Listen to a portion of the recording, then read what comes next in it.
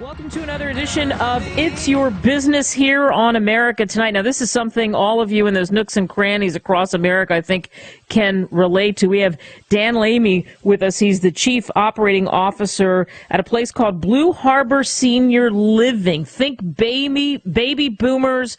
Think what kind of lifestyle for your parents or perhaps yourself, and where we're headed in this country. And, man, there is going to be a ton of competition. Dan, thanks for coming on the show. We appreciate it. Thanks for having me, Kate. So having said that, I don't have to tell you your business. You've got about 24 properties across the country. I mean, I'm sure ever growing. You realize, you know, where we're headed population-wise. So when you sit down and you're drawing all the pieces up and you're putting them together and the conversations are flying around the room and whatnot, what was key to pulling together Blue Harbor? What was it that you really wanted to be able to offer to the people who could possibly be living in one of your facilities? You know, I think what we're trying to do to be different is what we call tailored preferences. And what we saw too often in senior living was people not really, their individual needs not being met.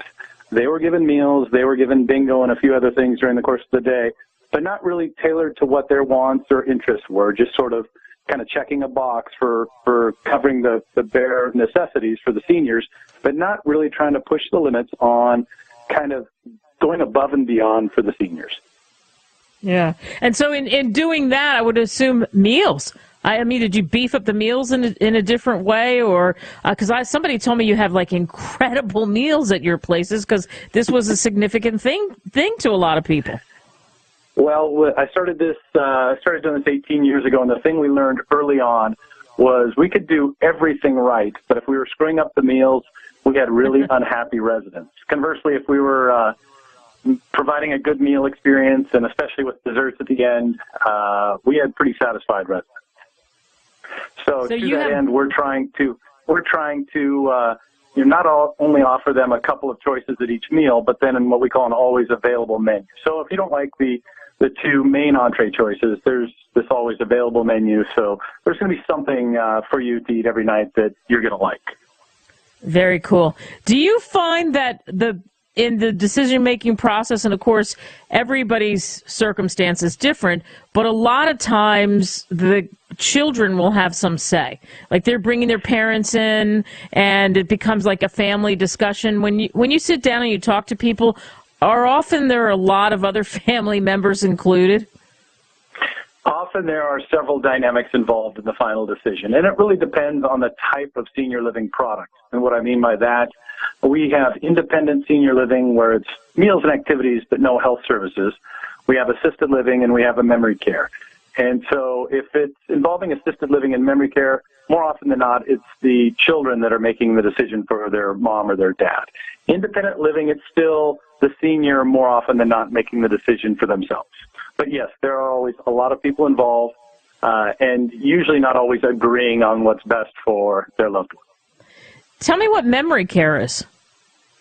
Memory care is for people with Alzheimer's or other related dementia. So it's more of a secure environment, but still their own personal space, their own personal apartment. They'll have a dining room and things like that to come out to for meals. So still trying to create as much independence for them as possible, but within a secure environment and with programming specifically for people with memory loss. Yeah. What did you find as far as, I mean, that's terrific that you offer that, because you also see, and you know this, the statistics are pointing to, unfortunately, so much of that happening, Alzheimer's, et cetera, as fast as the science tries to catch up. I mean, we're just nowhere near that now at this point. So it's great that absolutely that you've got that possibility too. As far as like what people want to live in, the exterior and all of that, sometimes, and you and I both know this, Dan, I mean, how many times have you gone to places and boy, it just looks so sad. I just think, boy, if I could just get a paintbrush and repaint this place or something. But your places look pretty spiffy. Is that also important to keep it really looking nice so, you know, who's ever there feels like they're equally important and thriving and surviving inside? Absolutely. I think it's very important, the environment that we're creating for them to live in. Again, we're trying to promote their independence as much as possible. But having a beautiful community is very important. And usually what we get, Kate, is when someone comes into our community for the first time, they are surprised or even blown away by how nice the communities are. And we have one in Dallas, Windsor Senior Living, that is a former hotel that was converted to senior living, and it is stunning inside. But most people don't know it until they come in and experience it for the first time. And yes, that is important to have not only a beautiful apartment, but beautiful common areas, including a dining room, and then outdoor grounds where people can go outside and enjoy a courtyard or kind of the outdoors and have those be nice as well. Yeah. You mentioned that you have a place in Dallas, Windsor, but what are the other properties? How do you decide where you're going to put your other properties? I mean, naturally in my mind, I'm thinking, okay, snowbirds, eventually where you're retiring, where do you want to go? And is it in the Sun Belt region or no, that's a misnomer. It can be really anywhere. Well, there are more in the Sun Belt region for sure, but they are all over the country. We are in really all four corners of the U.S. and Dallas, or in Texas as well.